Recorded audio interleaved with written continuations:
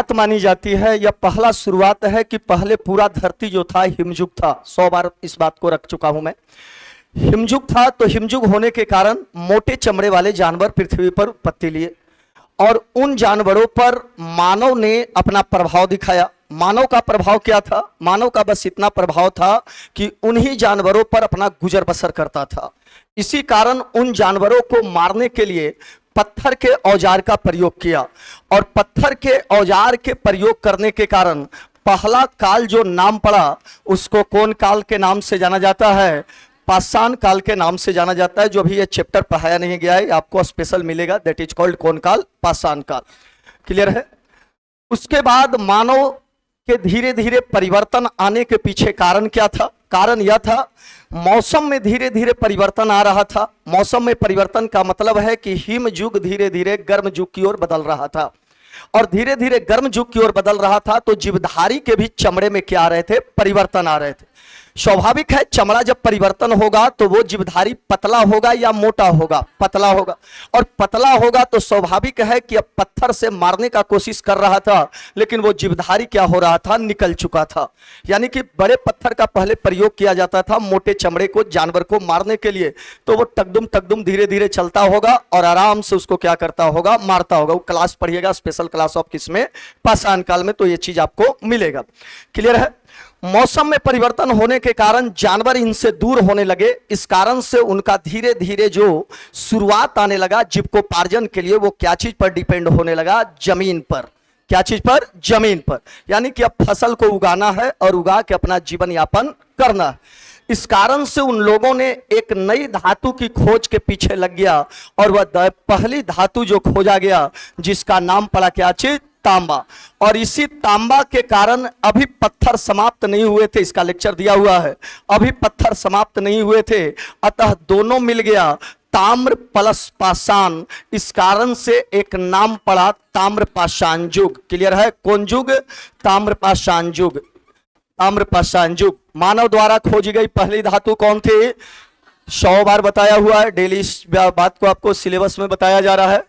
तांबा एक ऐसी धातु थी जो कि मुलायम धातु थी और मुलायम होने के कारण वह धातु आसानी से गहरी जुताई नहीं कर पा सकती थी। गहरी जब तक जुताई नहीं होगी तब तक उत्पादन नहीं होगा और उत्पादन ज्यादा नहीं होगा तब तक किसी प्रकार की कोई व्यवस्था नहीं होगी। इस कारण से तांबा में क्या करने लगा कि उसने क्या करने लगा कि टीना मिलाने लगा। क्या मिलाने लगा? टीना। क्या करने के लिए? कड़ा करने, ताकि वो गहरी जुताई हो सके और उससे क्या हो सके? उत्पादन बढ़ सके। अतः तांबा प्लस क्या चीज? टीना मिलाकर एक नई धातु लाया जिसका नाम पड़ा क्या चीज? कांसा। मानव द्वारा खोजी गई दूसरी धातु क्या थी? और यह कांसा किस घाटी सभ्यता में मिलता है? सिंधु घाटी सभ्यता में सबसे ज्यादा प्रयोग किस धातु का किया गया है? कांसा का किया गया है। यह कांसा ऐसा था, कड़ा तो जरूर था लेकिन टिकाऊ नहीं था। यानी कि खेती नहीं कर सकते थे, कड़ा था लेकिन जैसे ही खेती करता था तो वो क्या हो जाता था? टूट जाता था। अतः लगातार लोगों के द्वारा कुछ न कुछ धातुओं की खोज की ही जा रही थी। इसी बीच एक नई कड़ी और टिकाऊ धातु आया जिसका नाम पड़ा क्या चीज? लोहा। तीसरी धातु जो खोजी गई वह कौन खोजी गई? लोहा। इन्हें मार दीजिएगा, पहला में मार दीजिएगा तांबा और दूसरा में मार दीजिएगा टीना, तो क्लियर हो जाइएगा। टीना इसलिए नहीं होगा, जरा सा हम दिमाग में डाल देते हैं क्योंकि आपका दिमाग कहीं घूमने लगे तो और दिक्कत हो जाएगा। टीना इसलिए नहीं होगा कि जिसका प्रयोग व्यापक रूप में होता है इतिहास उसी को लिखता है। ऐसे नहीं था कि और धातु नहीं चल रहे होंगे, चल रहे होंगे, लेकिन जिसका प्रयोग व्यापक रूप में होता है इतिहास उसी का लिखाता है। जैसे वंशज मगध में बहुत से चल रहे होंगे, ऐसा थोड़ा है कि मगध के अलावे कहीं और राजा नहीं था, लेकिन एक को लिखाया क्या चीज? मगध वंशज। क्यों लिखाया? क्योंकि राजा क्या था? ताकतवर था। यही बात इसमें भी है। टीना व्यापक रूप में प्रयोग नहीं थे, टीना मिक्स करने के लिए आता था क्या चीज में? तांबा में, और वही तांबा और टीना मिलके क्या बनता था? कांसा। क्लियर है? अगली धातु जो लाया कड़ी धातु था जिसका नाम था क्या चीज? लोहा। तो ये इतिहास में अगली धातु का नाम पड़ गया क्या चीज? लोहा। और ये लोहा जो खोजा गया एक किस सभ्यता में खोजा गया? वैदिक सभ्यता में खोजा गया। ये भी चैप्टर अभी आपका नहीं चला है, ये 3 चैप्टर अभी आपका बाकी है। कौन कौन? पाषाण काल, ताम्र पाषाण काल, सिंधु घाटी सभ्यता और क्या चीज? वैदिक सभ्यता। लेकिन आपका कौन सा चैप्टर चला दिया गया है? लोहा की खोज होने के कारण सबसे ज्यादा जो जमीन की वैल्यू क्या हो गई? बढ़ गई। स्वाभाविक है कि लोहा जब निकलेगा तो लोहा से दो चीज निकले, एक भाल निकला और एक क्या निकला? फाल निकला। भाल का मतलब भाला और फाल का मतलब हल। और हल ने जमीन की वैल्यू को बढ़ाया और फाल ने राजनीति को क्या कर दिया? जन्म दे दिया। फाल माने राजनीति मतलब समझ रहे हैं? यानी कि तलवार बनने लगे, यानी कि भाला बनने लगे और लोहा और आग मिक्स होके एक राजनीति को टर्नेट कर दिया और वह टर्नेट बना लौ जुगीन के बाद और उसी का नाम पड़ा क्या चीज? महाजनपद। क्या नाम पड़ा? कब नाम पड़ेगा? जब जमीन की वैल्यू बढ़ जाएगी कि घट जाएगी?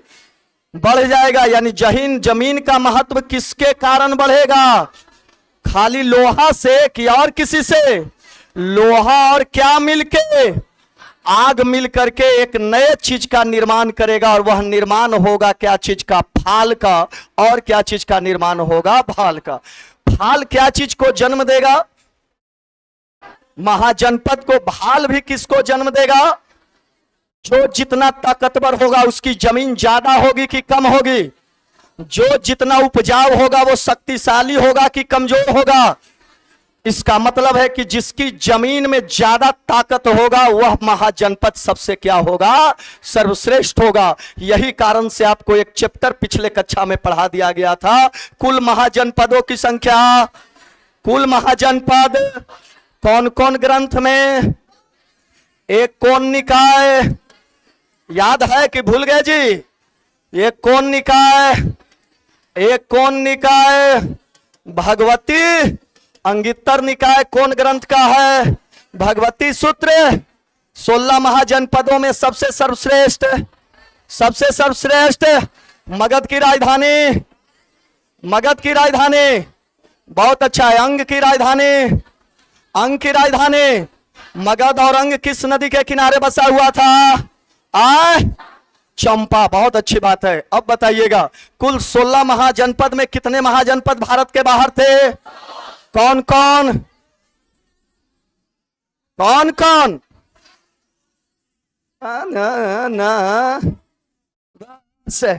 कौन कौन?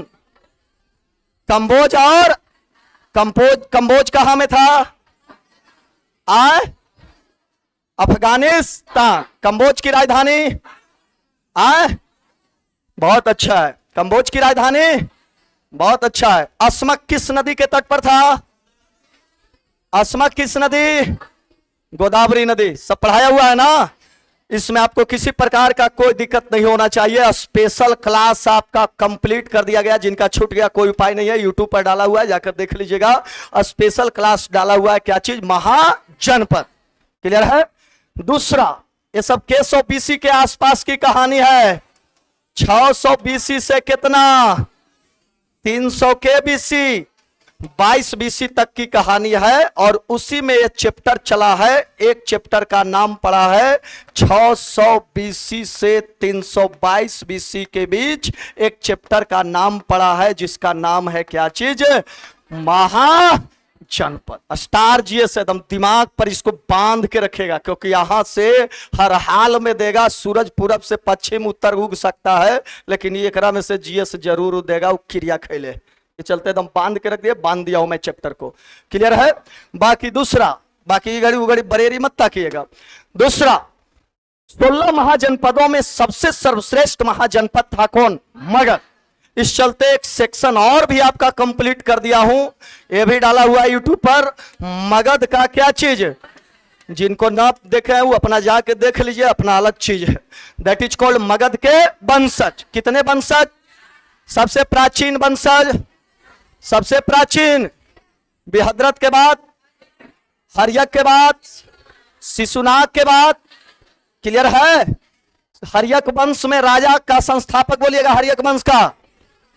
बिंदुसार, बिंबी। बहुत अच्छा है, बहुत अच्छा पकड़ बनाए हुए हैं। बताइएगा एक क्वेश्चन बस। यदि आपका पकड़ बनाया हुआ होगा, क्लास मैंने ढंग से बताया होगा, आप देखे होंगे, तो आप बताइएगा एक क्वेश्चन, मात्र एक क्वेश्चन है। वह मगध महाजनपद का कौन सा शासक था जिसकी सीमा दो समुद्रों से मिलती थी? महापद नंद। हाँ, पीछे से ताल मिलाइए। एगो आगे बोलेगा आपकी आवाज में पिछुलता क्यों है? इसको स्पेशल बुलाए थे हम, हैं? महापद नंद सीमा दिखाए थे ना। शूद्र था कि दूसर था? शूद्र था। एक और जीएस चैप्टर पढ़ाए हुआ है, जो ना पढ़े हुए अब जरा इंतजार करिए, थोड़ा सा जल्दी में आपका चैप्टर आ रहा है, क्योंकि इतिहास पढ़ाने से पहले भूमिका बांधना पड़ता है। दूसरा, वह कौन सा महाजनपद है जिसकी आकृति अर्धचंद्राकार है? कौशल, बहुत अच्छा है। वह कौन सा महाजनपद है जो 8 संघों में जुड़ा हुआ है? बहुत अच्छा है। बज्जी की राजधानी? बज्जी की राजधानी, बहुत अच्छा है। वह कौन सा महाजनपद है जो एकमात्र राजस्थान में है?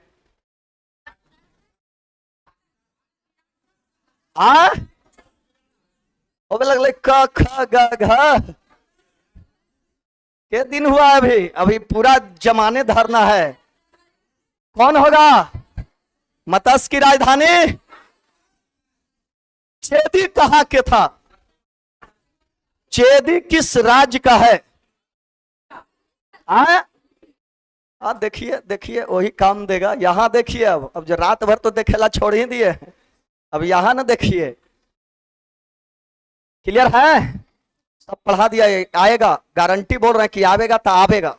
ये भी बाप को लिख के दे रहे। ये ऐसा चीज है कि पहले ही भविष्यवाणी हो जाता है कि यही आवेगा तो यही आवेगा। इस चैप्टर से एक जीएस आना है तो आना है, गारंटी है। जरा सा मिक्स, काम खत्म। मैंने पढ़ा दिया है स्पेशल क्लास ऑफ मगध का क्या चीज? वंशज। क्लास नंबर कल का ब्यूरो। जिस समय भारत विभिन्न भागों में बटा हुआ था, के भाग में बटा हुआ था? एक भाग की 16 भाग? 16 भागों में बटा हुआ था। जब जब आप टूटिएगा तो बाहरी आक्रमण करेगा या नहीं करेगा? देखिए,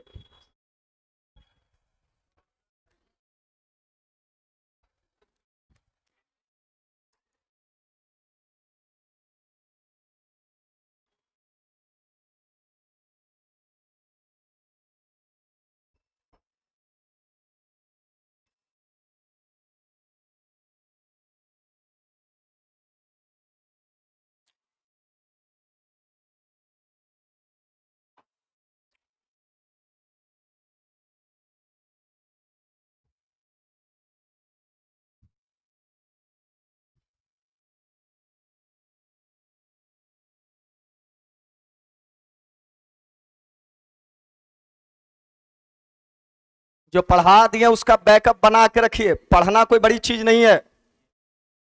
परीक्षा में खेल है पढ़ने का नहीं कि हम खूब ज्ञाता है। परीक्षा में खेल है किसको मेमोरी अच्छा है। जिसका मेमोरी रह गया उसका खेल हो गया। और खूब आप पढ़ लें, ये चैप्टर वो चैप्टर, 2 क्वेश्चन पूछ रहा है तो इधर से उधर उछल रहे तो काम खत्म है। जो पढ़ाया गया है उसको एकदम बांध के रखिए पूर्ण रूप से, क्योंकि अब समय है नहीं, समय का बहुत अभाव है। और एक ही चीज को 10 बार हम बोलेंगे नहीं आपको। चलिए, तो मैंने अब बिंदु पर था कि भारत की जो भूमि है उन भूमियों में हमने देखा कि 600 बीसी के आसपास एकता नहीं है, क्योंकि 600 बीसी के आसपास न एकता होने के विभिन्न कारण थे। क्योंकि सभी महाजनपद अपने आप को क्या मान रहा था? सर्वश्रेष्ठ मान रहा था। और उसी में सबसे आगे कौन था? मगध। इसी बीच कल की क्लास एक मिला होगा आपको, ईरानी आक्रमण। कौन आक्रमण? और आज की क्लास जो मिलेगा, विभिन्न क्लासेज है, आज आपको मिलेगा कौन आक्रमण?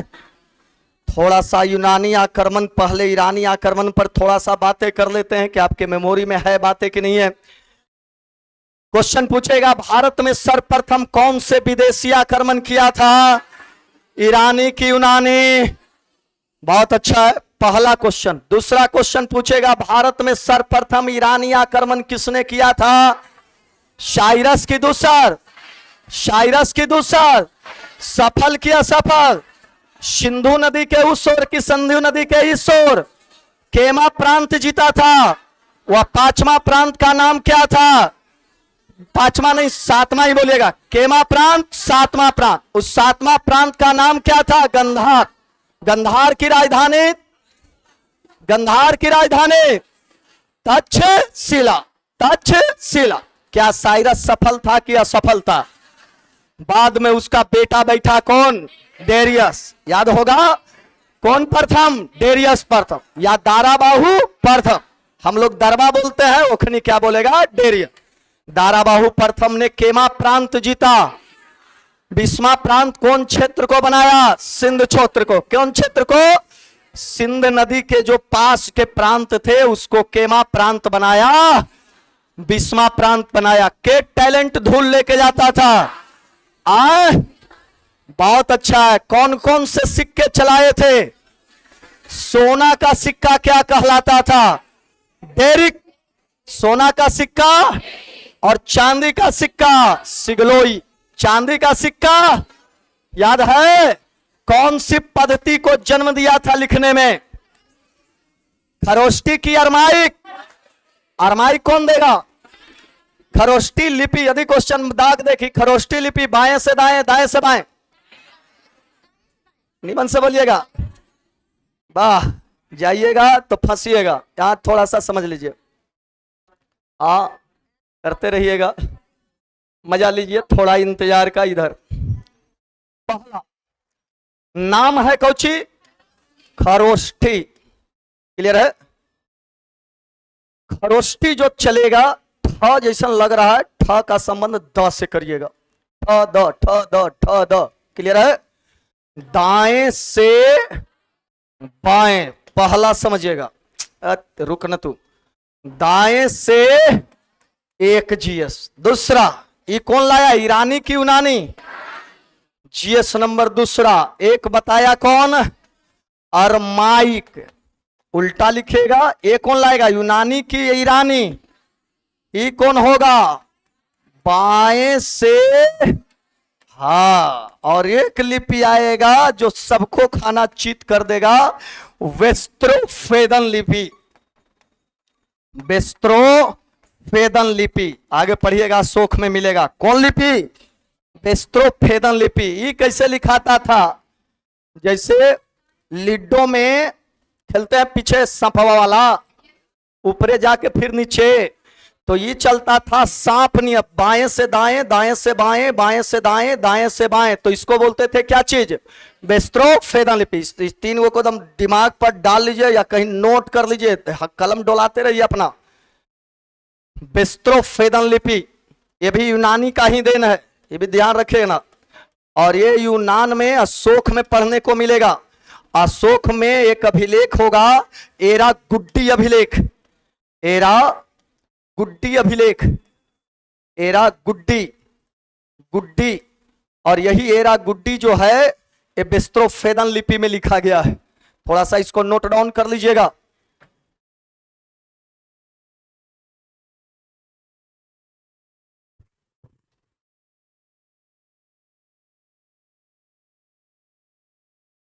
क्लियर है?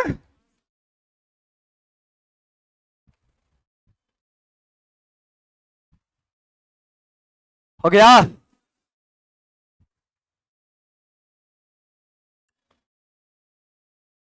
चले अब आज की क्लास से, सब पुराने क्लास थे, है ना। आज की क्लास में हम लोग आते हैं और निमन से समझते हैं आज का खेला हम लोग।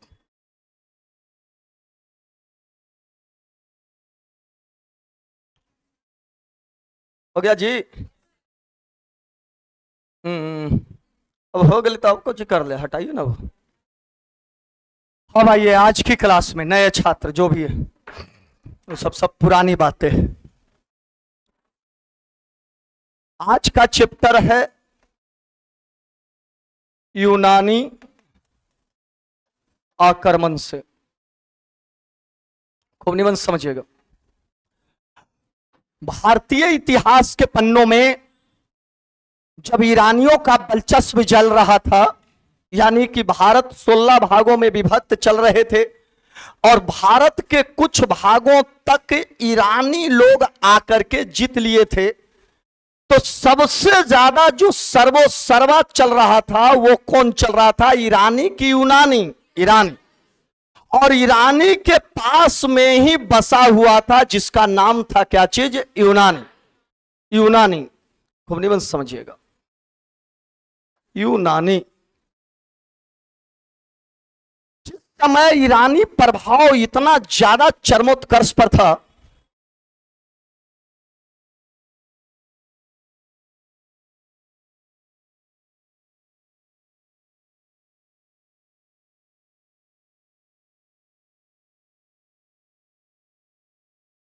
जिस समय ईरानी प्रभाव इतना चरमोत्कर्ष पर था, तो पड़ोसी जो गोतिया था, एक तरह से गोतिया बोल सकते हैं अगल बगल में, जिसको बोल सकते हैं क्या चीज? यूनानी। इस यूनानी को ऐसा लग रहा था कि मैं भी इससे ज्यादा चरमोत्कर्ष पर पैदा लूं और इतिहास का पन्ना क्या कर दूं? बदल दूं। लेकिन उस समय का जो शासक था, यहां का शासक था राजा फिलिप। कौन फिलिप?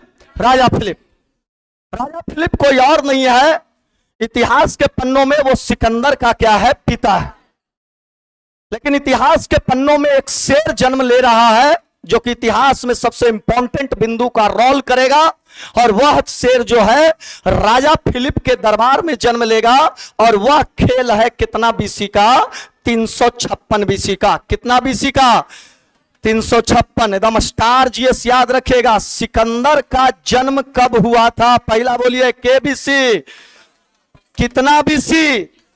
इसमें खेल 20-20 का है, याद रखना। शॉर्ट फॉर्म में पहले बोल देते हैं, के का खेल है 356 में 20 घटेगा 300 कितना? 300 कितना? और 336 में फिर आप 10 घटा लीजिएगा तो 300 कितना? 26। पहले के घटाना है 20, फिर के घटाना है 10। इतना दिमाग पर रहेगा तो आपका सिकंदर चैप्टर कभी भी दिक्कत नहीं होगा। तो पहला क्वेश्चन बता रहा है, सिकंदर का जन्म यूनान में हुआ है कि दूसर में? पिता कौन है? फिलिप की दूसर। कब जन्म लिया? 300 के में 56 में। और 356 में जब जन्म ले रहा है तो क्या ईरान का शासक मरा हुआ है कि जिंदा है? बड़ी क्षेत्र है ईरान का कि छोटा क्षेत्र है? बड़ा क्षेत्र। और इस समय बैठा हुआ है दारा का पोता, जिसका नाम है दाराबाहु तृतीय। दाराबाहु कौन? तृतीय। Star GS. जिस समय सिकंदर भारत पर आएगा उस समय ईरान का शासक कौन होगा? दाराबाहु तृतीय। सिकंदर का जन्म कब हो रहा है?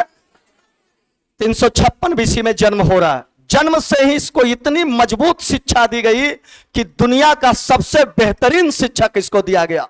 दुनिया का सबसे बेहतरीन शिक्षक, जिसे पॉलिटी का जन्मदाता माना जाता है, जिसे बायोलॉजी का पितामह कहा जाता है, जिसे जंतु विज्ञान का पितामह कहा जाता है। 3 जीएस फिर दिमाग में अपना दौड़ा लीजिएगा। Who is the father of polity? अरस्तु। Who is the father of polity? अरस्तु। बायोलॉजी के जनक अरस्तु, और जंतु विज्ञान का जनक अरस्तु। समझ सकते हो कितना बेहतरीन शिक्षक मिला होगा किसको? सिकंदर को। तो अगला दिमाग में डालिएगा, अरस्तु इसका शिक्षक बना। किसका? सिकंदर का। जब अरस्तु जब इसका शिक्षक बना तो अरस्तु इसको समझाता है सिकंदर को, अरे मूर्ख, इतिहास बदलना है, बाप जैसा दिस दैट मत कर। इतिहास क्या बदलना है कि ये बगल के जितने भी क्षेत्र हैं, जितने भी एरिया है, तुम चाहोगे तो इसको जीत करके एक विशाल भूखंड का क्या कर सकते हो? निर्माण कर सकते हो। अरस्तु के भी गुरु बहुत हाईलाइटेड थे, यह भी दिमाग में डालिएगा। अरस्तु के गुरु कौन? बोलिए। बहुत अच्छा। अरस्तु के गुरु और प्लूटो के भी गुरु उसने थे। कौन थे? सुकरात। स्टार जी। सुकरात के चेला, प्लूटो के चेला, और अरस्तु के चेला कौन? जैसा गुरु वैसा चेला यहां पैदा हो रहा था। That is called Sukrat, that is called Pluto, that is called अरस्तु। इतनी बेहतरीन शिक्षा लिया सिकंदर ने, और सिकंदर की शिक्षा लेने के बाद 20 साल की उम्र में उसका बाप मर चुका था। यानी 356 - 20 बराबर 300 कितना? 36। बस इतना दिमाग में रखना है। और 20 के बाद फिर क्या करना है, 10 घटाना है कि ज्यादा घटाना है, 10। 336 में जब वो गद्दी पर बैठा, पहले से परिपक्व किए हुए था कौन, अरस्तु। 336 में जब गद्दी पर बैठा तो कहा कि मैं ईरान को जीतूंगा, और ईरान को जब जीत लूंगा तो भारत में मैं क्या कर दूंगा, प्रवेश कर जाऊं। कुल 10 साल के साल, 10 साल तक ईरान, इराक, मिस्र, यूनान के अड़े सटे पड़ोसी जितने भी क्षेत्र थे, उन सभी को जीतने में कामयाब रहा कौन, सिकंदर। और सिकंदर जब 10 साल में, यानी कि कहानी को खूब निबंध समझेगा, यानी कि 356 से 336 से लेकर 326 तक ये कहां का क्षेत्र जीत लेता है, ईरान का क्षेत्र जीत लेता है, इराक का क्षेत्र जीत लेता है, अफगानिस्तान का क्षेत्र जीत लेता है, ये सब क्षेत्र जीत रहा है। और यूनान के जो छोटे मोटे क्षेत्र थे उसको जीत लेता है, यहां तक के मिस्र के क्षेत्र को जीत लेता है। थोड़ा सा नक्शा भी देख लीजिएगा तो आपको और ज्यादा समझ में आ जाएगा।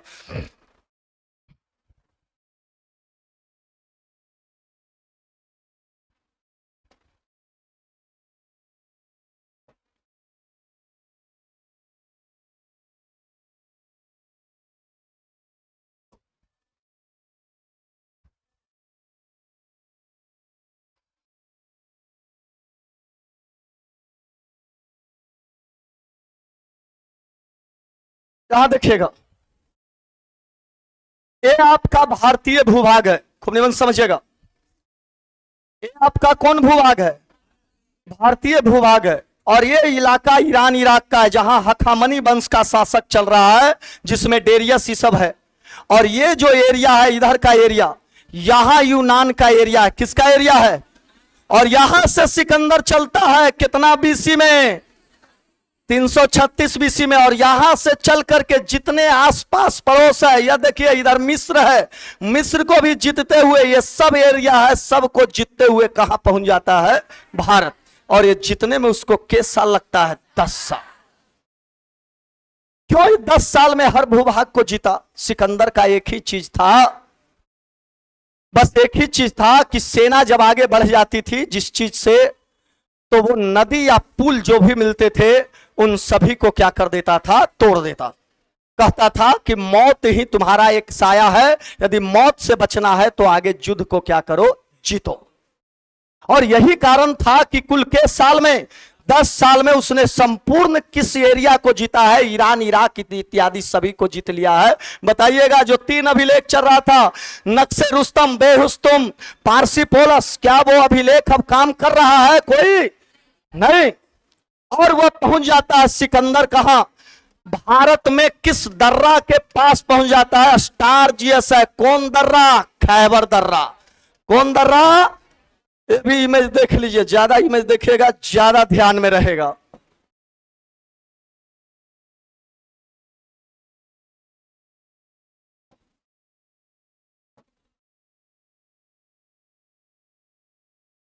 अब तो पत्ते न लगे था।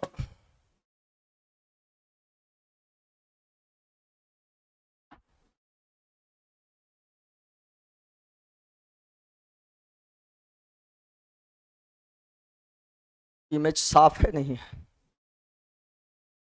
छोड़िए, जब साफ है ना तब हम क्या कर सकते हैं। अगला क्वेश्चन दिमाग में रखिएगा, सिकंदर जब भारत में प्रवेश किया था तो कौन दर्रा से होकर प्रवेश किया था, खैबर दर्रा। सिकंदर भारत में कब पहुंचा था, 326 बीसी में। जब खैबर दर्रा पार कर गया सिकंदर, तब इतिहास के पन्नों को निमन से फिर समझिएगा। फिर हर जगह जीएस है, हर जगह जीएस है, खूब निमन समझिएगा, खूब निमन से समझिएगा एक एक लाइन को। जब खैबर दर्रा को पार कर गया तो पहला उसका नदी मिला, जिसका नाम था कौन नदी, सिंधु नदी। कौन नदी, सिंधु नदी। सिंधु नदी को पार किया, उसका जल सेनापति था जिसका नाम था नियाकस। क्या नाम था, नियाकस। कहा कि सिंधु नदी को आसानी से पार किया जा सकता है, तो सिंधु नदी को पार किया। सिंधु नदी को पार किया तो तुरंत उसको झेलम नदी नहीं मिला। झेलम नदी को पार किया तो तुरंत उसको चेनाब नदी मिला। चेनाब नदी को पार किया तो तुरंत उसको रावी नदी मिला। तुरंत रुक गया, कहा कि बेटा पहले ही पता कर, नियाकर्स को कहा कि पहले ही पता कर कि जोन जगह पर आए हैं उस जगह पर खाली नदी कहा है करना, नहाने खींचना कहा है कि कोई आओ काम धंधा है मेरा। कहा कि आते हैं पहले पता करके कि भारत में शुरुआत मगध भौगोलिक दृष्टिकोण से मजबूत, तो उस क्षेत्र को कोई जीत सकता है? जस्ट वही मिल रहा है। सिंधु पार किया, झेलम पार किया, चेनाब पार किया, रावी पार किया और अंत में पहुंच गया कौन नदी पर? ब्यास नदी पर। और ब्यास नदी के बाद नियाकर्ष को भेजता है कि जाओ जाकर पता करो कि कौन ऐसा है, इसमें और नदी हमको पार करना है। नियाकर्ष लौट करके आता है और कहता है कि सिंधु तो अभी झांकी है, गंगा यमुना भी बाकी है। ये क्या बोला बेटा, अभी शांति रह, अभी ना पार हो पाई लगा। सब जितना सेना था वो सभी सेना कहा कि 10 साल 12 साल हो गए। 10 साल तो खूब निमन से हो गए है और 10 साल से न अपना पत्नी से मिले हैं और न अपना प्रिय मित्र से मिले हैं। बहुत के लोगों को याद भी होगा अपना गर्लफ्रेंड बॉयफ्रेंड, हजार चीज है। तो बेचारा जितना सैनिक था वो सब अब कह रहा है कौन नदी पर कब सूचना मिला है, किस दो नदी की विशालता की सूचना मिला है? यमुना और कौन? कहा कि ये सब तो इसी देखावटी में लो, डेमो हलो। और मेन जो अभी नदी हवा गलती से भी पार कर जब तब बहुत किस्मत हवा। और एक यमुना है और यमुना को पार करने के बाद उससे भी आगे की नदी है कौन? और जब तक गंगा नहीं पार करिएगा तब तक कहां नहीं पहुंचिएगा। और उस समय सबसे सर्वश्रेष्ठ कौन था? और मगध में कौन बैठा हुआ है? धनानंद। धनानंद। और मगध को यदि सिकंदर जीत लेता तो इतिहास लिखता है कि दुनिया उसको उतना ही तक पता था जैसे कुआं में मेढक रहता है। समझ रहे? इसी चलते राइटर लिखा है विश्व विजेता। विश्व विजेता मतलब क्या होता है? क्या पूरे विश्व को जीतना था? नहीं, उस समय की सबसे भौगोलिक दृष्टिकोण इतने तक ही ज्ञान था कि मगध ही दुनिया है और आगे दुनिया है कि नहीं इससे कोई पता नहीं था। इस कारण से यदि मगध जीत लेता तो इतिहास का पन्ना उस पर लिखा जाता क्या चीज? विश्व विजेता। लेकिन किस नदी को पार करने से इनकार कर रहा है सेना? कौन नदी? ब्यास। क्लियर है? आपसे पूछेगा 2-3-4 जीएस यहां से अभी तक पैदा हो गया, 4-5-6 जीएस शॉर्ट टर्म में फटाफट। पहला, सिकंदर कहां का राजा है? यूनान का, मेसोडोनिया का, जो भी शब्द बोलना है जो भी बोल सकते हैं। दूसरा, सिकंदर का जन्म कब हुआ? 356 बीसी। तीसरा, इतिहास के पन्नों में सिकंदर का पिता कौन है? राजा फिलिप है। चौथा, इतिहास के पन्नों में सिकंदर ने राज्याभिषेक के साल बाद किया? 20 साल बाद, 300 के में, 36 में। और चौथा, पांचवा जीएस सिकंदर 336 आते जाइए। सिकंदर ईरान को जीतने में कितना साल लगा दिया? 10 साल। सिकंदर भारत में कब प्रवेश किया? 326 बीसी। एक बात है, आपके दिमाग से लेक्चर सुन रहे तो आपको बैठता जा रहा है। सिकंदर ने भारत में किस दर्रे को मिले से पार किया था? खैबर दर्रा। सिकंदर ने किस नदी पर आकर अब रुक गया है? ब्यास में। क्लियर है? सब एकदम फ्रेश है। मैं डायग्राम बना दूंगा लास्ट लेक्चर करके। क्लियर है? कोई तकलीफ? अब यहां ब्यास नदी पर बैठता है। जब सिकंदर ब्यास नदी पर बैठता है तो सिकंदर की सेना कहती है कि भैया अब लौटिए। कहा कि लौटेंगे, कहा लगी आगे बढ़ो। कहा कि नहीं, आगे नहीं बढ़ेंगे। इतिहास के पन्नों में सिकंदर ने क्या किया? यूनानी देवता अपोलो, स्टार जीएस ध्यान रखेगा। यूनानी देवता कौन? यूनानी देवता अपोलो का क्या बना दिया? ब्यास नदी पर मंदिर बना दिया। इसलिए बना दिया कि डेली पूजा पाठ करो और पूजा पाठ करने से कुछ आस्था बढ़ेगी, कुछ विश्वास बढ़ेगा तो मेरा काम मानेगा, मेरा मान मानेगा। लेकिन अपोलो देवता भी कोई पोल खोल नहीं पाए। क्लियर है? अब सिकंदर को ऐसा लग रहा था कि अब इस युग में मैं वापस नहीं लौटना ही मेरा सबसे अच्छा उत्तम व्यवस्था है। अतः सिकंदर की सेना वापस जो लौटती है वह जल की ओर से नहीं लौटती है। किसकी ओर से लौटती है?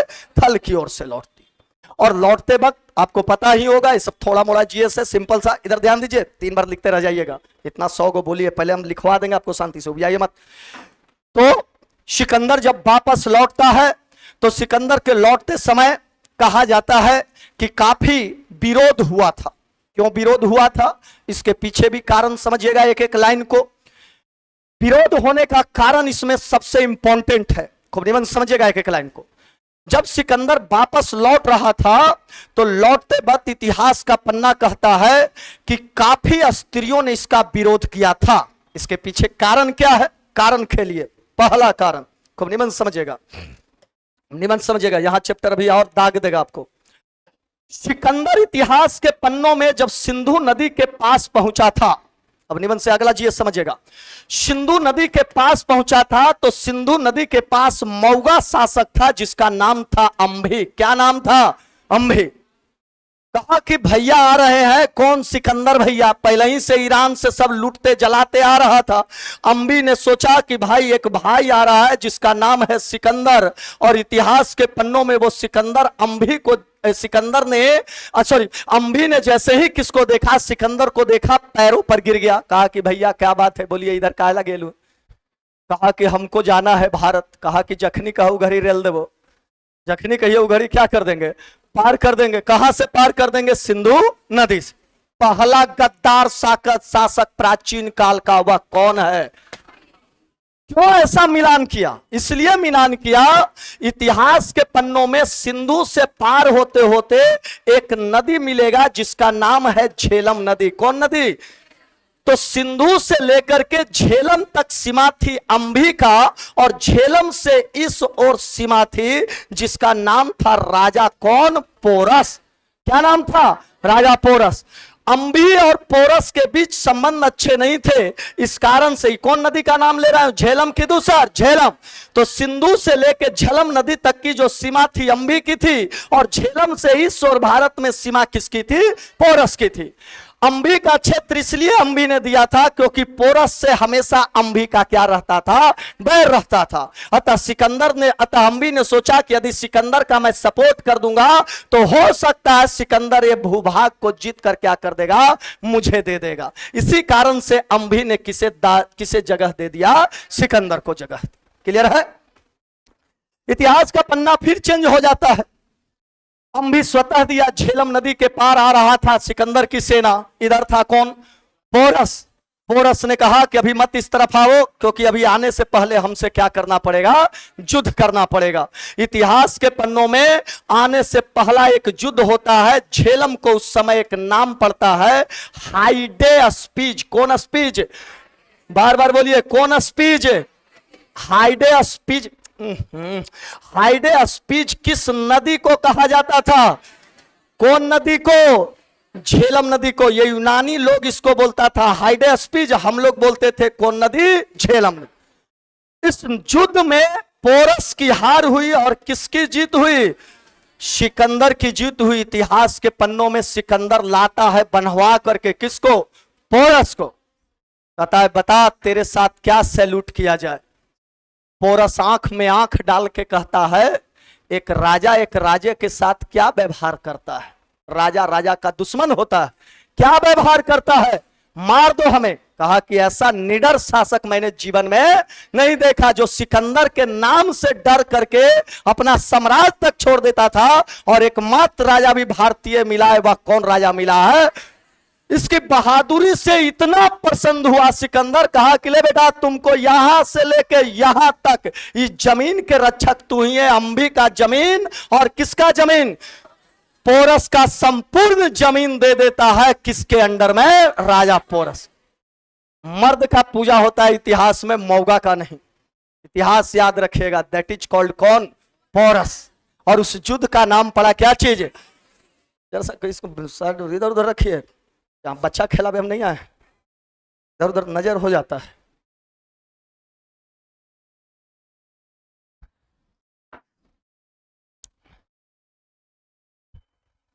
आयो बीपीएससी का क्लास कर दे, आपको सोचना चाहिए सब चीज। बहुत गंभीर क्लास होता है, हर चीज कहाँ क्या छूट जाए न छूट जाए उस पर हमारा, जब इधर उधर हिल रही है तो हमारा दिमाग उधर चल जा रहा है।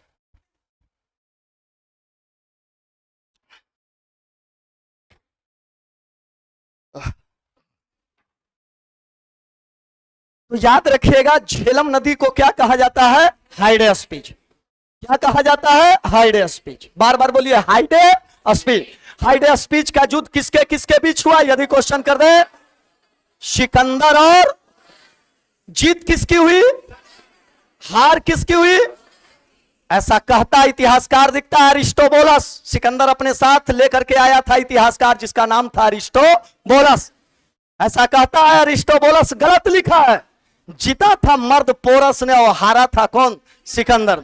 लेकिन ऐसी मान्यता दी जाती है कि जी नहीं, इतिहासकार यूनानी था तो यूनानी के समर्थन में लिखेगा, ईरानी के अति भारतीय के समर्थन में नहीं लिखेगा। तो इस कारण से इस पर विवाद है।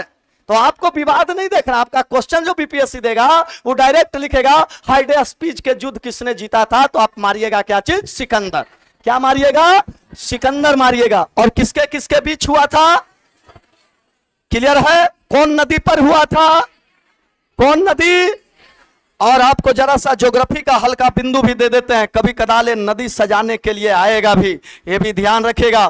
पहले कौन नदी है? सिंधु की दूसर, सिंधु के बाद, सिंधु के बाद झेलम के बाद चेनाब के बाद रावी के बाद ब्यास के बाद सतलज। करम्बत सजाए उत्तर से दक्षिण, सजा दीजिएगा।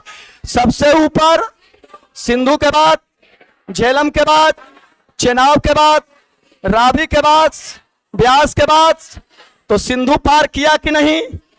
आपको जीएस मारेगा, नचावेगा ना आपको। सिंधु पार किया।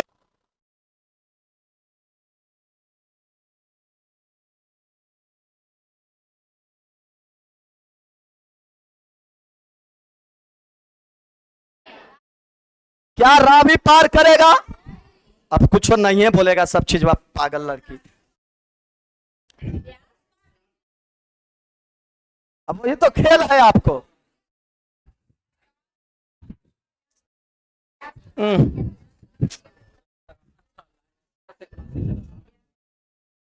पहले ही ना बता दिए थे कि सब चीज मजबूत रखिए। अब बर के द्वार लगल है।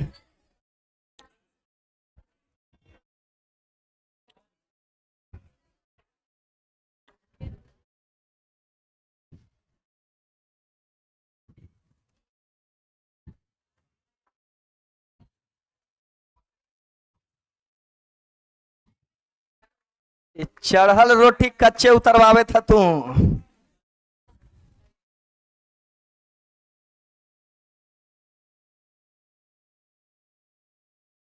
चले, खेल समझिएगा, फिर से बोलिएगा। ये सिंधु नदी है। कौन नदी है? सिंधु नदी है। और ये भारत के एरिया से होते हुए ये गया है।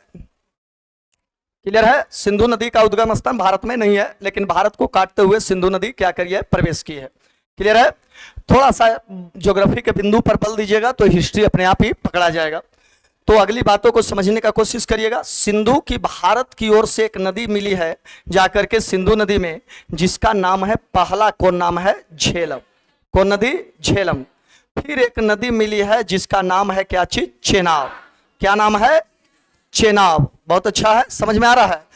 एक नदी और मिली है झेलम के बाद चेनाब, चेनाब के बाद एक नदी और मिली है जिसका नाम है रावी। क्लियर है? उसके बाद क्या और नदी है? ब्यास। और उसके बाद कौन नदी है? सतलज। अब हो सकता है बीपीएससी अपना देव दाव खेल दे। क्या दाव खेल देगा? पहला तो ये दाव खेल देगा, बीपीएससी का ज्योग्राफी का बिंदु हो गया कि उत्तर से दक्षिण की ओर नदी को सजाएं। सजा लीजिएगा। पहला कौन? झेलम। दूसरा कौन? चेनाब। तीसरा कौन? रावी। चौथा कौन? ब्यास। और पांचवा कौन? सतलज। ज्यादा न ध्यान में रहे तो भी बता देते हैं। झच रावण से, झच रावण, रावण से कोड ध्यान में रखेगा। किसी को ना कहते धत। किसको धत बोल रहे हैं? रावण को। झ से झेलम, च से चेनाब, र से रावी, ब से ब्यास और स से सतलज। क्लियर है? अब क्वेश्चन हो सकता है पूछ दे, सिकंदर कौन नदी को पार किया था?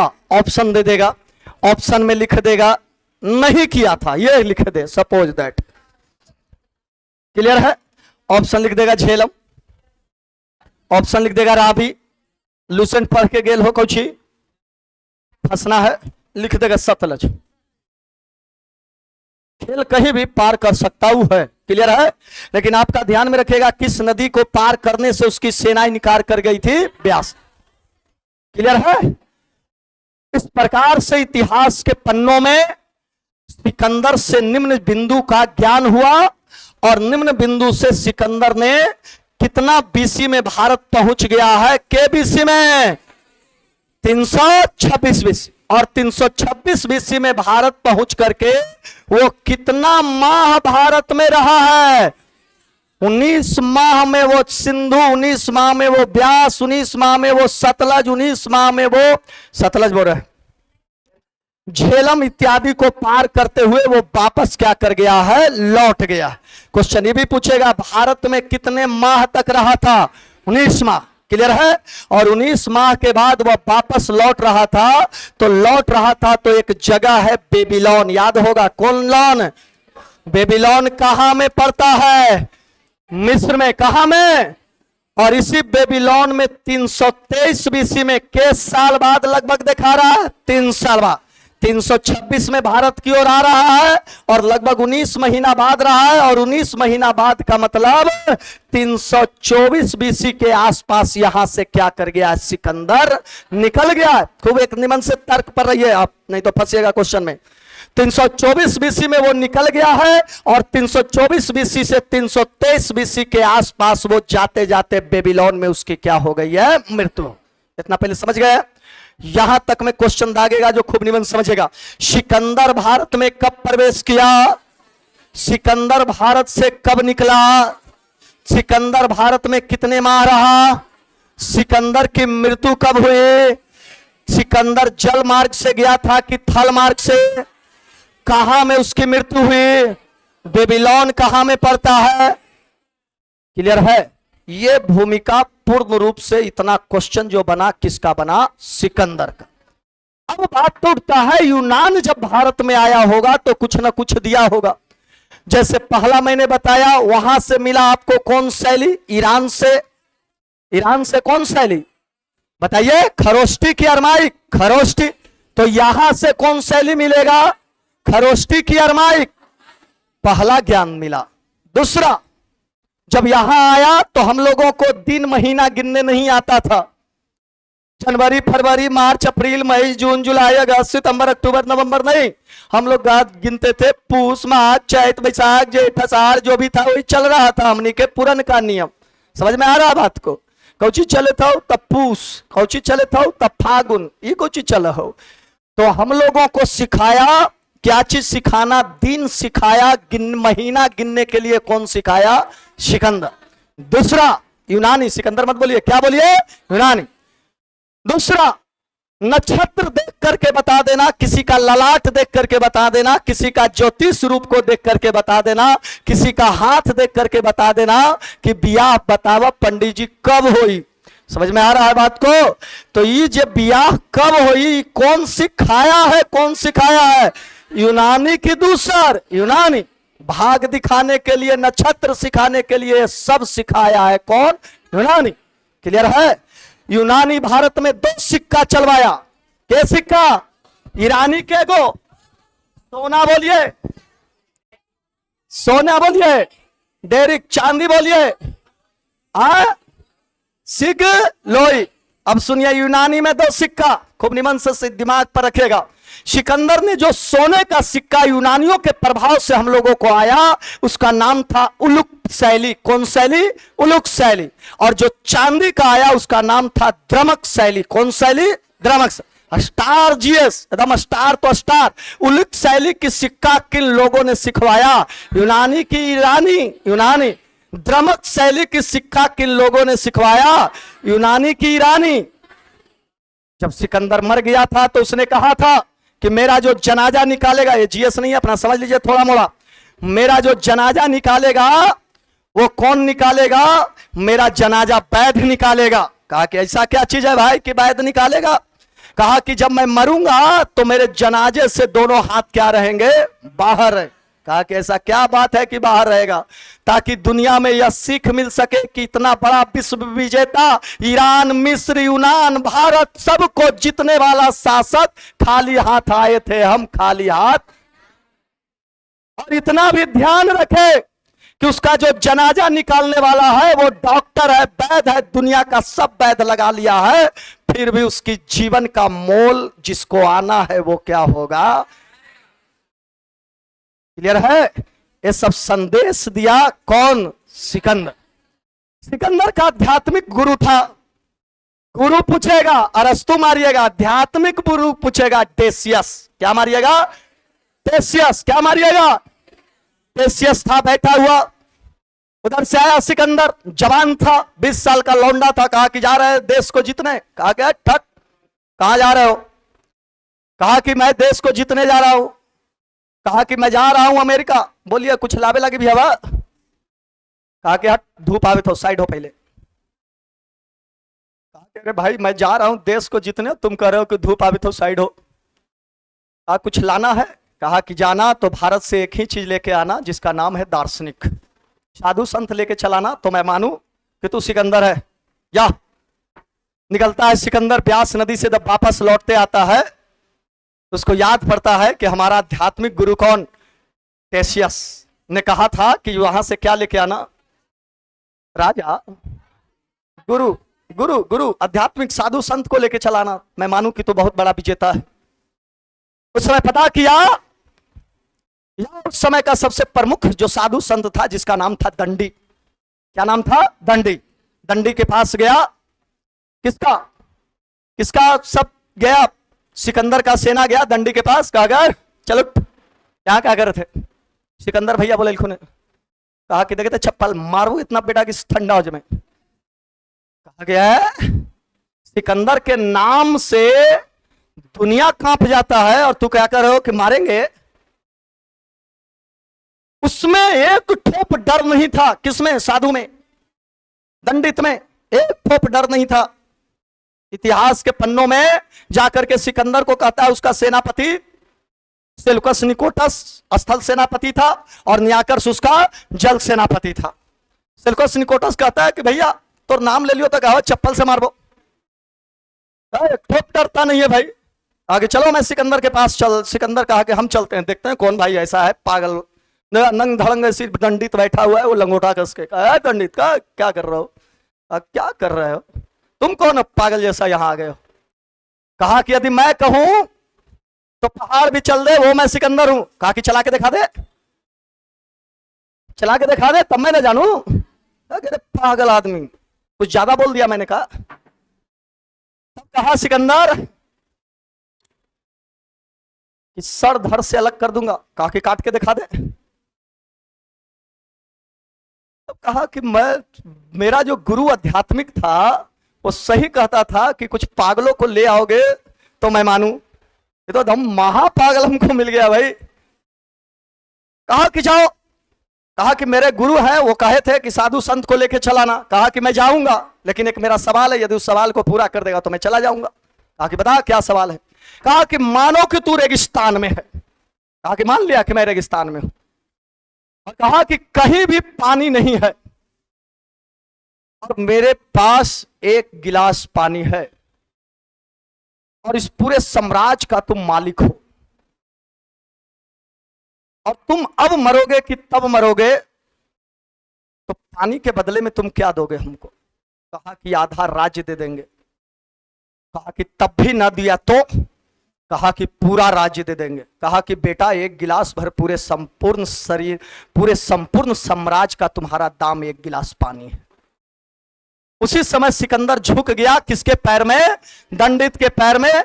कहा जाता है कि सिकंदर वापस लौटा था, यह बात सत्य है, इतिहास लिखता है। लेकिन इतने साधु इसको नागा लोग मिल गए कि इसका दिमाग को क्या कर दिया?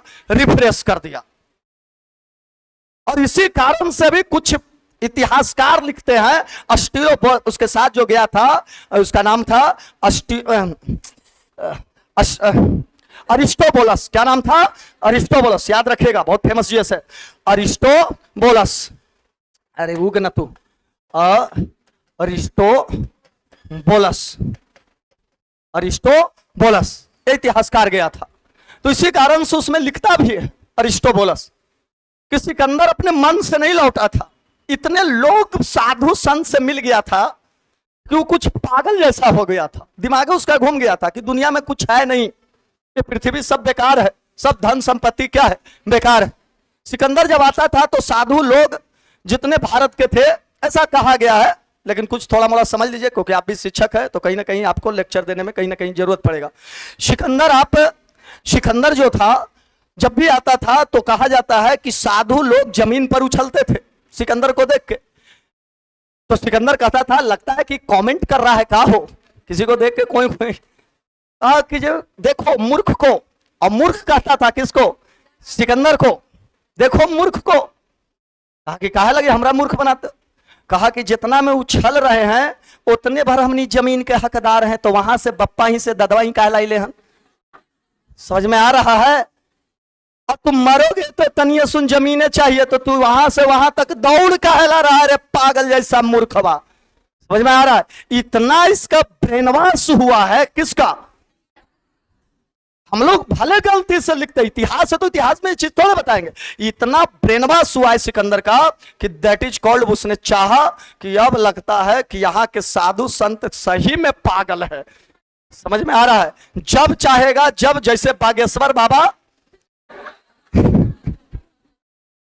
बताइए आपका क्या भुतलाया हुआ है, अच्छा आपका ये नाम है, दैट इज कॉल्ड बागेश्वर बाबा। उस समय हमारे यहाँ साधु संतों की कमी नहीं है। दैट इज कॉल्ड, ब्रेन को क्या कर दिया, घुमा दिया, चेंज कर दिया। That is called Sikandar. Clear है। तो सिकंदर से जितने भी जीएस बनेंगे, ईरान को जीता था तो उसको उपाधि मिला था अलेक्जेंडर का। क्या चीज का, इस चलते नाम पड़ा अलेक्जेंडर। साधु एक मिला, बड़ी हजार किस्सा इसका, माने मत पूछिए, लेकिन आपका क्लास से मतलब नहीं, थोड़ा थोड़ा बता देते रहा हूं। हजार किस्सा है। सिकंदर जब आया तो कहा कि मेरा नाम सिकंदर है। साधु कहा पागल, तुम्हारा नाम सिकंदर नहीं है, बीच का नाम हटा ले, वही तेरा नाम है। कहा कि है, ये क्या बोलते हो। कहा कि तुम्हारा नाम सिर है, लोगों को क्या करना, काटना, यही नाम है तेरा। अरे बाप रे बाप, एक से एक यहाँ पैठान और साधु मिले हैं जो सिकंदर को क्या किया है, चेंज किया है। इतिहासकारों ने कहा है कि सिकंदर नहीं नाम था, सिकंदर, सी हटा दीजिए, अंत में बच रहा है कंदर। स्कंद नाम से, स्कंद नाम का शिव का बेटा है स्कंद। कभी पढ़िएगा, बहुत इंपॉर्टेंट, बहुत पुराना ये कहानी है, जिसको तमिलनाडु में मुर्गन के देवता के रूप में पूछता है। कौन देवता के रूप में, मुर्गन। तो वो स्कंद चला था, वहां से लोगों ने स्कंद से सिर काटने के कारण उसको कर दिया सी आगे और पीछे, बन गया सिकंदर। स्कंदर सिकंदर, समझ रहे। हजार किस्से, हजार चीज है। नागा साधु से हजारों प्रश्न पूछा, तैयो जीत गया। नागा साधु के कंधे पर तलवार रखा हुआ था। कहा कि यदि एक उत्तर बता दे गलती तक काट दे। कहा कि रख ले रहा, कोई फर्क न पड़े। तो कहा दिन बड़ा कि रात, कहा कि पृथ्वी बड़ा कि समुद्र बड़ा। कहा कि सब क्या पूछते, सब सब सब इजी है। कहा कि है, ये क्या बोल रहे हैं।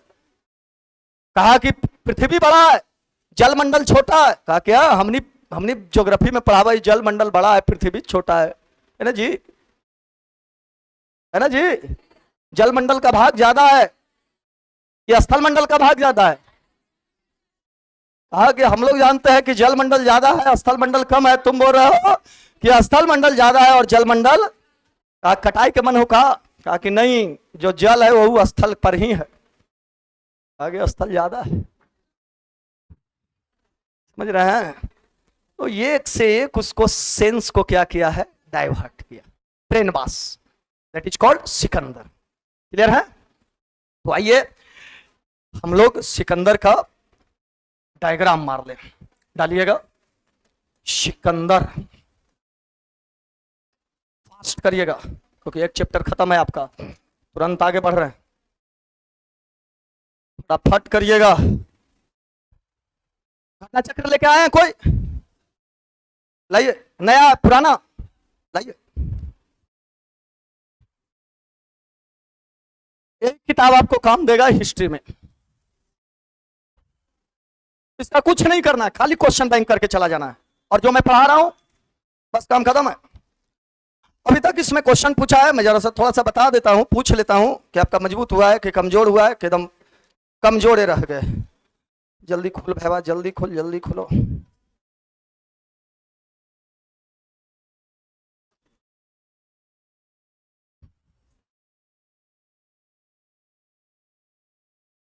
क्वेश्चन पूछा है, यही सब पूछेगा, एकदम हूबहू यही सब पूछेगा। जितना इसमें सेट बना लीजिए, 10 बार बनाइए, 20 बार बनाइए, लेकिन रटिए मत, जीएस रटे जहां गया। पहला क्वेश्चन पूछा है, सिकंदर के हमले के समय उत्तर भारत में निम्नलिखित राजवंशों का उदय था। जिस समय सिकंदर भारत पर हमला कर रहा था उस समय मगध का राजा कौन था? घनानंद की दूसर, और घनानंद किस वंश से था? यही पूछा है। निम्न में से ऑप्शन दिया, ऑप्शन पहला नंद वंश, ऑप्शन दूसरा मौर्य वंश, ऑप्शन तीसरा शुंग वंश, ऑप्शन चौथा कनव वंश। कौन वंश मारिएगा? क्वेश्चन नंबर दूसरा पूछा है, निम्नलिखित में से मगध का राजा सिकंदर महान के समकालिक कौन था? जिस समय सिकंदर चला था उस समय मगध का राजा कौन था? घनानंद। ये दूसरा क्वेश्चन पूछा है। क्वेश्चन नंबर तीसरा पूछा है कि वह कौन सा जगह है, ये अभी तक नहीं बोले हैं, बोल ही वाले थे, शायद आगे पीछे कुछ मैटर हो गया था, दिमाग से उतर गया था। वह कौन सा जगह था जब सिकंदर वापस लौट रहा था? तो मैं बोल रहा था कि हजारों हजार स्त्रियां, लाखों लाखों स्त्रियों को काटना क्या कर दिया था? शुरू कर दिया था। वह जगह का नाम था मशक। क्या नाम था? मशक। याद रखेगा, क्या नाम था? मशक। क्या नाम था? मशक। ये भी क्वेश्चन पूछा गया है। और एक चौथा क्वेश्चन है जो कि आपका इजी है, उस वीर भारतीय पराक्रमी का नाम बताइए जो सिकंदर ने झेलम नदी के तट पर पराजित हुआ था। राजा पोरस, या कहीं कहीं पुरु भी लिखेगा, या राजा पोरस। क्लियर है? यही तो क्वेश्चन है। और निम्नलिखित में सिकंदर के साथ भारत नहीं आया था। ऑप्शन पहला नियाकर्स बोला, ऑप्शन दूसरा अरिस्टोबुलस, ऑप्शन तीसरा डाइमेकस। डाइमेकस आया था। डाइमेकस कौन है पता? कौन है? हाँ बहुत अच्छा, डाइमेकस बताया। डायनोसिस बोले हमें। डाइमेकस जो है वो बिंदुसार के दरबार में आएगा, आगे पढ़िएगा, दैट इज कॉल्ड डाइमेकस। और वो डाइमेकस आएगा सीरिया का राजा। सीरिया का राजा कौन? एंटियालकिड्स। एंटियालकिड्स का राजदूत रहेगा कौन? डाइमेकस। और दरबार में आएगा तो कहेगा क्या डाइमेकस भैया, तोरा ही दारू छुआ है बजी। यानी नीतीश जी बंद कैले हथुन, कहा कि एकदम मीठा दारू छुआ, कहा तो ले ले आबो, कहा कि एकदम पैक करा के ले ले हैं। तो उससे 3 चीज मांगा था, दारू, मीठी शराब, अंजीर और दार्शनिक। कहा कि सब चीज दे दो लेकिन दार्शनिक न दे, क्योंकि हमारे यहां कानून में दार्शनिक देने का मतलब है सीधे मौत। वो टाइम में कसम, डायनोसिस बोला, ध्यान रखिएगा, फंसिएगा। आध्यात्मिक सिकंदर गुरु का बोले तब डायनोसिस, गुरु बोले तब अरस्तु। अरस्तु के गुरु बोला प्लूटो के गुरु, राजनीतिक शास्त्र के गुरु, जीव विज्ञान के पितामह, जंतु विज्ञान के पितामह। इतना बड़ा विद्यालय का मालिक है, जेकर चेला है सिकंदर, तो समझ सकते हो कितना ताकतवर सोच वाला होगा, है ना जी। इतना ही क्वेश्चन पूछा है आज तक में। क्लियर है? तो डायग्राम मारिए जरा फटाक, क्योंकि आगे चैप्टर बढ़ेंगे। लिख दिए ऊपर, यूनानी आक्रमण लिख दिए, जल्दी फास्ट कर लीजिएगा, सब इसी में मेरा जीएस अटका रहता है। लिख दिए परिचय। परिचय, परिचय में लिखिए पिता। पिता कौन? फिलिप द्वितीय। फास्ट करिएगा, किसका परिचय मिल रहा है? बस डायग्राम देखिए, परीक्षा में बैठिए, बस काम खत्म है। फिलिप द्वितीय। माता कौन थी? माता क्या नाम है?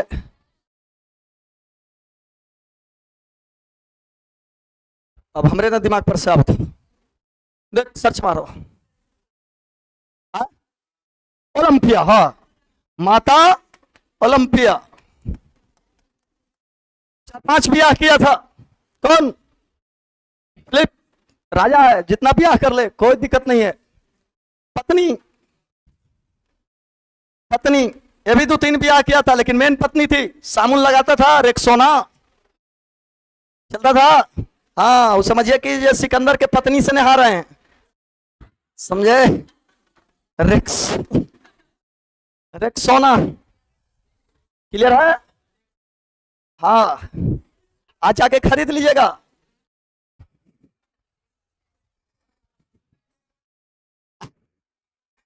चले, क्लियर है। जन्म 300, राज्याभिषेक, राज्याभिषेक बोलते जाइए 336 BC। बहुत अच्छा है, बढ़ते जाइए एकदम नीचे उसी डायग्राम, कुछ नहीं है। एक बार जखनी भुतलाइए, एक बार पेज उलट के देख लीजिए, बस काम खत्म। के साल का पहले फर्क है, फिर के साल, बस काम खत्म है, उतने पर इसका इतिहास है। क्लियर है। राज्याभिषेक के बाद लिखे विजय क्षेत्र, विजय क्षेत्र 336 से 300 के तक, 26 तक कहां के क्षेत्र, ईरान, इराक, मिस्र, अफगानिस्तान। समझ सकते हो, 10 साल तक ईरान में आग लगा के छोड़ दिया था। कौन, सिकंदर। समझ रहे हो, क्लियर है। कोई तकलीफ जीएस में। अब बताइएगा 326 क्या चीज का जीएस है, भारत के, बतलाइएगा ना, तो नीचे लिखेगा भारत आगमन, या खत्म हो गया दुख दूर। भारत का आगमन, हम में सॉरी, भारत में आगमन 326 BC। कौची दिया, कौची दिया, कौन दर्रा, बार बार पूछेगा किस दर्रा को पार करके आया था, कौन दर्रा, कोष्ट में लिखिएगा खैबर दर्रा।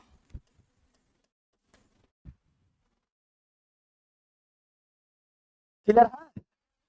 आगे नीचे लिखेगा भारत में रहा, भारत में रहा 19 माह तक, कोष्ट में डाल लीजिएगा 324 BC में भारत से वापस गया, वापस गया।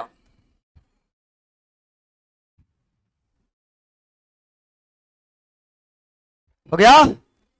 मृत्यु, मृत्यु लिखेगा 323 BC। अरे 323 में मरेगा कौन, कलम रखो पहले भाई लोग। और पुलिस जरा सा दूसरा तरह का है, आप लोग गलत मत समझिएगा, क्या कि हमसे बहुत सीनियर लोग बैठे हुए हैं, जैसा पढ़ाने का मेरा दूसरा तरीका है, इस कारण से आप लोग, तो हमारे पढ़ावे के यही तरीके है, कितनों बदल लीजिएगा तो हमारे यही तरीके है। तो सिकंदर जो है जब मर जाता है 323 में, तो सिकंदर का सेनापति सेल्यूकस निकोटस, सिकंदर का सेनापति नियाकर्स, सिकंदर के साथ था अरिस्टोबुलस। इस सब कहा कि जी पहुना मर गल थुन, समझ रहे हैं। तो पहुना जितना जमीन खरीद का थुन, जमीन कहां से, ईरान से लेके भारत तक, इस जमीन के पाई पार के बंटवारा करला, न तो हमनिय तीनों में फाइनल टच हो जाता। फाइनल टच मैंने समझ रहे हैं, लड़ाई हो जाता। तो सिकंदर जब मरा था 323 में, तो इन लोगों ने बैठ करके एक संधि किया था जिसका नाम था ट्रिप्रेंडिस की संधि। कौन की संधि, ट्रिप्रेंडिस की संधि। और इस ट्रिप्रेंडिस की संधि में उसने जितने सिकंदर के जीते गए क्षेत्र थे, इन सभी क्षेत्र को क्या कर लिया, बांट लिया। कौन, तीनों मिलकर। और बंटवारा में जगह मिला भारत के बगल में, कौन, सिकंदर का सेनापति, थल सेनापति था कौन, सेल्यूकस निकोटस, उसको जगह मिला भारत के करीब सटे भाग में। किसको, सेल्यूकस निकोटस। अब सेल्यूकस निकोटस जब भारत के पास बैठा, पहले कलम निमन से समझिए इधर, जब सेल्यूकस निकोटस भारत के पास बैठा तो मन में ख्याल आने लगा कि पहल का मजा सिकंदर एंट्री नहीं कर पाया था, तो हम भारत में क्या करेंगे, एंट्री करेंगे। लेकिन यहां एक मर्द बैठा हुआ था जिसका नाम था चंद्रगुप्त। कि बेटा एंट्री कर जमे, यहाँ सब मौगा बैठल है, तोरा जे बुझाए तो जे आ रहे है, समझ रहा है। और उस समय बैठा रहेगा कौन, चंद्रगुप्त। और फिर उसी नदी पर, कौन नदी पर, झेलम नदी पर। कौन नदी पर, आगे ध्यान रखिएगा, मौर्य वंश में बताएंगे। झेलम नदी पर क्या होता है, दोनों में 305 बीसी में क्या होगा, लड़ाई होगा और सेल्यूकस निकोटस हार जाएगा और चंद्रगुप्त मौर्य कहता है कि तब अब बताओ, जीतते हैं तो अंदर आ जाते हैं, आप बताओ क्या करियो। घिंच लियो आगे तक सीमा, पैर पर गिर जाता है कौन, सेल्यूकस। कहा कि एगो हमारी बेटी है, ओकरे से बियाह कर ला, समझे। कहा कि दिखाओ पहले, निमन लगतो तो, है ना भाई, है ना। कहा कि जब उसी समय अपना सेल्यूकस निकोटस अपनी बेटी किसको,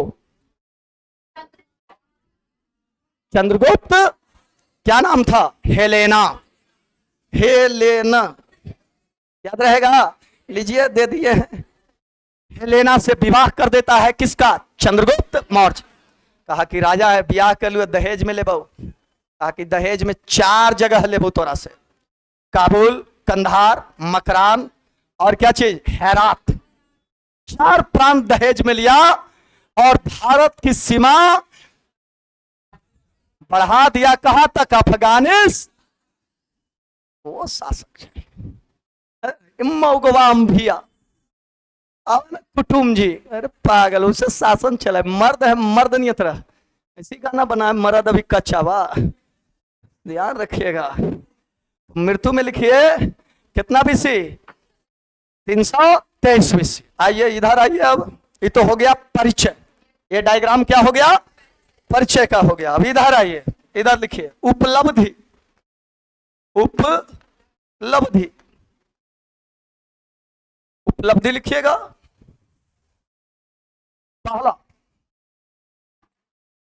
सिंध से झेलम तक, सिंध से कहां तक, झेलम तक राजा अंभी, एकदम डायग्राम खाली देखिएगा, कोई मत दिखेगा। सिंध से कहां तक, झेलम तक, राजा कौन, अंभी। राजा अंभी ने स्वयं आत्मसमर्पण कर दिया, आत्मसमर्पण कर दिया, आत्मसमर्पण कर दिया। ऐसा ऐसा मौगा देश में रहे तो काम क्लियर है। नीचे स्टार जी ऐसी मौगवा के तैयो लिख लीजिए, समझे। भारत में सबसे प्राचीनतम देशद्रोही किसे कहा जाता है, अंभी को, लिख लीजिएगा। सबसे प्राचीनतम देशद्रोही,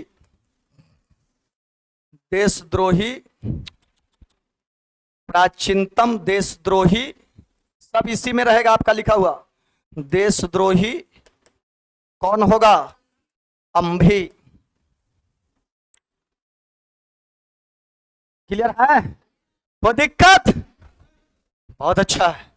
उसके बाद आइए, झेलम नदी को उस लोग क्या कहता था, हाइडे स्पीच, दम रट जाओ, कौन स्पीच, हाइडे स्पीच, स्टार जीएस। झेलम नदी को यूनानी लोग क्या कहता था, तो क्वेश्चन पूछेगा, हाइडे स्पीच का युद्ध किसके किसके बीच हुआ, सिकंदर और जीता कौन, हारा कौन। हाइडे स्पीच किस नदी को कहा जाता है, हाँ बोलिए क्या दिक्कत है। वितस्ता झेलम वैदिक सभ्यता, आसिकनी चेनाब वैदिक सभ्यता, सतुद्री सदलत वैदिक सभ्यता, सदा नीरा गंडक वैदिक सभ्यता, सिंधु सिंध वैदिक सभ्यता। ये नाम जो ले रहे हैं, अभाव है नॉलेज का, इसी कारण से नाम ले रहे हैं। क्लियर है। वैदिक सभ्यता में सिंध नदी की विभिन्न नामों से जाना जाता था। सदा नीरा गंडक, दस दती घगर, समझ रहे हैं, वितस्ता झेलम, आसिकनी चेनाब।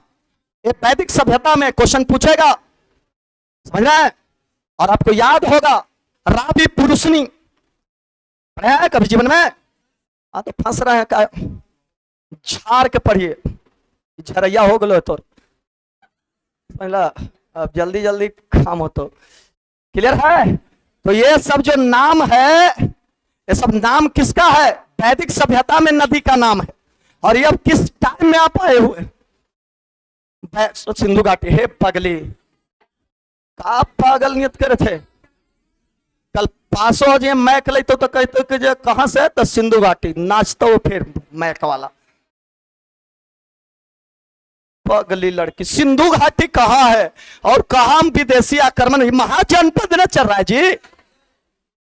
पहले पाषाण काल, फिर ताम्रपाषाण, फिर सिंधु घाटी, ओकरे कांस युग, तब वैदिक सभ्यता, तब महाजनपद। वो महाजनपद में यह थे। कहां सिंधु है, कहां महाजनपद है? बाप रे बाप। ऐसे उत्तर दीजिएगा तो सीधे करेजा फट जाएगा। चले जैसे उका वो बोले, अंगुरी उठाए, तुम बोले ना कि भाई नॉलेज का अभाव चल रहा है आपको। अब पढ़े तो यहां लिखिए हाइडे, हाइडे स्पीच युद्ध। ज ना लिखा रहा था, कहिए मिल के लिख देते हैं। हाइडे स्पीच युद्ध किसके किसके बीच होगा? सिकंदर एवं पोरस के बीच होगा। जीतेगा कौन? गुड मार दीजिएगा सिकंदर पर। सिकंदर। हारेगा कौन? और हाइडे स्पीच का युद्ध हम लोग कौन नदी बोलते हैं? एजा साइड में लिख दीजिएगा झेलम नदी। क्लियर है? कोई तकलीफ? सब जीएस झलक रहा है? क्लियर है? आगे बढ़े। ये हो गया उपलब्धि। अंत में तीसरी उपलब्धि लिखिएगा।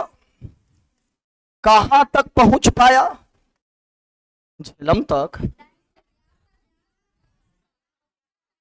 ढिल्ला हे रहे हैं यहां, ब्यास तक। अभी झेलवे में लगल पगली। ब्यास तक। अब कैसे पढ़ावे मास्टर बता? ब्यास तक। और ब्यास पर कौन देवता का चित्र बनाया? अपोलो देवता। लिख लीजिएगा अपोलो देवता। अपोलो, अपोलो देवता का चित्र बनाया। कौन देवता? अपोलो देवता। ये हो गया क्या चीज? उपलब्धि। अगला एक खींच दीजिएगा, खत्म हो जाएगा सिकंदर आपका। संबंध। कौची?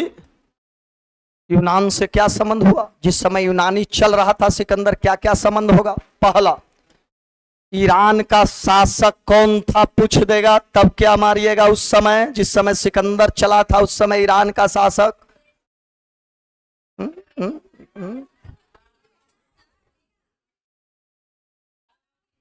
दाराबाहु तृतीय ना जी।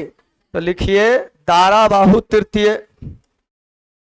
दारा उतरवा देता है लेकिन वही घुचिया के दाराबाहु तृतीय हो गया। उस समय मगध का राजा कौन था? घना नंद। कौन वंश चल रहा था? नंद वंश। जाओ, तकलीफ दूर हो गलो। तीसरा, क्या मिलेगा? सिक्का सोना का कहलाएगा। कौन शैली का? सोना के सिक्का पूछ रहा था, माइक बता रहा है। बोला जाए उल्लुक शैली। एकदम मुंह पर डालिए उल्लू नियत करके। उल्लुक शैली। चांदी के सिक्का को क्या कहा गया?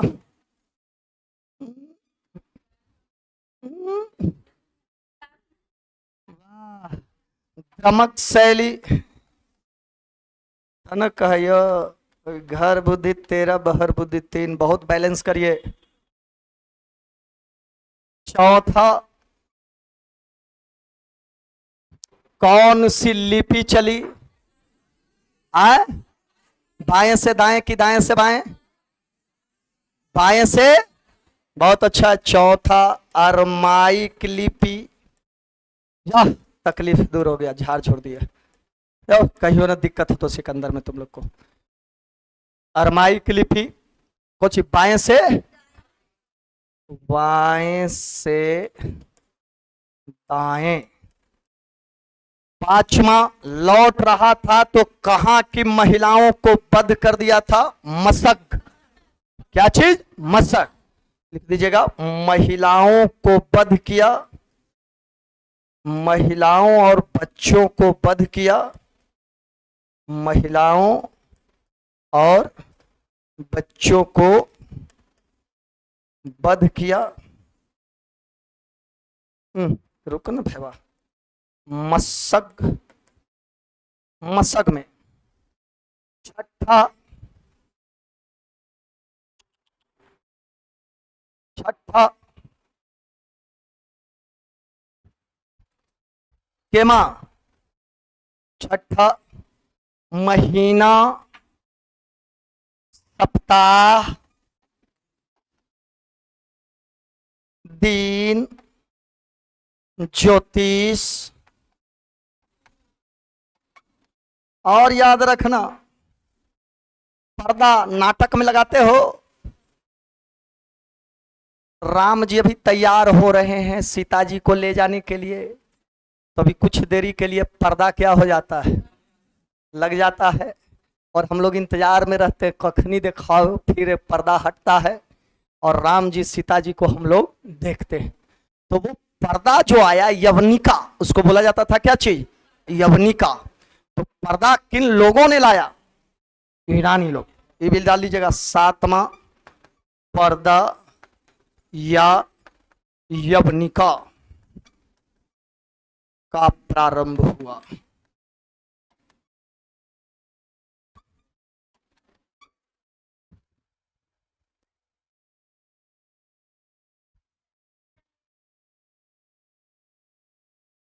कौची बोल रही है? बोलो ना पहले, बोलिए खुल के। ना ना ना, उतना वो पागल ना है। महीना गिनने की कला, बस इतना ध्यान में रखिए। क्लियर है? तो दिक्कत, यवनिका, यवनिका, यवनिका। इतने कला हम लोगों ने किससे सीख लिया? The ending chapter of Bharat में विदेशी, ईरानी भी खत्म कर दिए और ईरानी भी। क्लियर है? और 5 मिनट का रेस्ट लीजिए, तुरंत आपका एक धर्म खत्म होगा। कौन धर्म? बौद्ध। तुरंत खत्म कर देंगे आज, मौर्ज तौर्ज सब खींच देंगे। हाँ बोलिए ना, जल्दी बोलिए थोड़ा सा। हाँ बोलिए। हाँ लिख लीजिए नीचे में, सेनापति, सेनापति सतमा, आठवां, जल सेनापति नियाकर्स, और थल सेनापति सेलुकस निकेटस। निकेटस। साथ आया था, साथ आया था, आया था अरिस्टो बोलस, अरिस्टोबोलस, याद रखिएगा। साथ आया था अरिस्टोबोलस, साथ आया था अरिस्टोबोलस। और एक वाव मेरे दिमाग में आ रहा है, बहुत अच्छा वो भी जीएस है। 9वां के बाद एक और डाल दीजिएगा, छत्रप प्रणाली की शुरुआत। ये भी नहीं बोलाया। छत्रप प्रणाली की छत्रप प्रणाली की शुरुआत, स्टार जीएस, एकदम स्टार तो स्टार। छत्रप प्रणाली की शुरुआत कौन प्रणाली का? छत्रप। ये छत्रप प्रणाली क्या था, ध्यान रखिएगा, थोड़ा सा समझा देते हैं। छत्रप प्रणाली की शुरुआत, छत्रप प्रणाली क्या कहलाता था? हो गया, लिखा गया, जल्दी लिख लीजिए क्योंकि अब खत्म हो रहा है चैप्टर। अब चैप्टर में दम दम का पूरा खत्म कर दिए।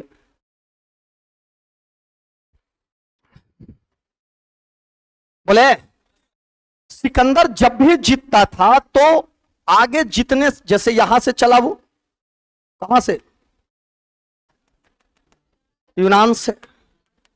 तो यूनान जब जीतता था, क्योंकि डेरियस का जो सेना था उसका नाम था अमर सेना, कभी भी मर नहीं सकता है। वाह क्या जमाना था, उस समय भी अमर सेना होती थी जी? नहीं, नाम था अमर सेना, काम तो मरे वाला ही था। होता क्या था कि उस सेना की संख्या हमेशा 10,000 रहती थी। यदि उसमें से एक व्यक्ति मर गया तो तुरंत एक व्यक्ति को उसमें क्या कर लिया जाता था? शामिल कर। इतनी बड़ी सेना थी किसके पास? डेरियस के पास। तब भी सिकंदर, इरादा मजबूत हो, मन मजबूत हो, तो इतिहास कहता है कि दुनिया की कोई काम असंभव नहीं है। तब भी सिकंदर उसकी अमर सेना को क्या कर दिया? हरा दिया। लाखों लाख की सेना में था, तब भी सिकंदर हरा दिया। लेकिन इतना गारंटी है कि यदि वो मगध आ जाता गलती से तो वो हरा नहीं पाता, क्योंकि मगध की सेना इतनी मजबूत थी, इतनी विशाल थी कि तब तक उसकी सेना पूर्ण रूप से इतने नदी और जलाशय को पार करते करते क्या हो जाता। किस्मत था कि उसको साधु संत दिमाग ने बेस किया और वो वापस क्या हो गया? लौट। तो जब भी जीतता था, बगल में मान लिया इतना दूर जीते, काको मोड़ जीते, तो काको मोड़ पर अपना एक राजा बैठा देता था कि कल मैं लौटूं तो लौटते समय दरवाजा क्या रहे? खाली रहे। यहां के राजा बेवकूफ नियत लड़ता था। यहां से जीता, काको मोड़ चला गया, और काको मोड़ से आगे चल गया, मान लिए कुछ ही बोलता है आगे, और अलगना, और आगे कुछ ही बोलता है कनौदी, मान लिया कनौदी चला गया। और कनौदी गया, उनने तेलुगु पता लगा कि काको मोड़ दूसर कोई जीत लिया है। अब बताइए वापस घरे लौटेंगे, और लौटेंगे तो काको मोड़ पर पहले पिटाएंगे। तो एक ही लड़ाई को कई बार लड़ना पड़ता था? 2 बार। उसने कहा कि मैं जो जीतूंगा उस पर एक अपना गवर्नर नियुक्त कर दूंगा, दैट इज कॉल्ड छत्रप प्रणाली। कौन प्रणाली? छत्रप प्रणाली। इसी को बोला छत्रप प्रणाली। तो स्टार जीएस छत्रप प्रणाली की शुरुआत किसने किया था? सिकंदर। इसी चलते अब जो शासक आवेगा वो सब क्या करेगा? जहां सेंटर से दूर जगह है, सेंटर से क्या है? दूर जगह है, सब पर क्या लगा देगा? गवर्नर लगा देगा। आज भी देख रहे हो सेंटर से चल रहा है, और गवर्नर है कि नहीं है? नहीं रहेगा तो सेंटर से चला लीजिएगा। सत्ता को चलाने के लिए ताकत चाहिए, और वो सेंटर ही गवर्नर को ताकत देता है। समझ रहे हैं? तो इस चीज को बोला जाता है कौन प्रणाली? क्लियर है? 5 मिनट का रेस्ट देते हैं और तुरंत इधर उधर मियाज फ्रेश कर लीजिए, ठंडा हवा ले लीजिए, जने तने बातचीत करना है घूम फिर लीजिए, और फिर मिलते हैं।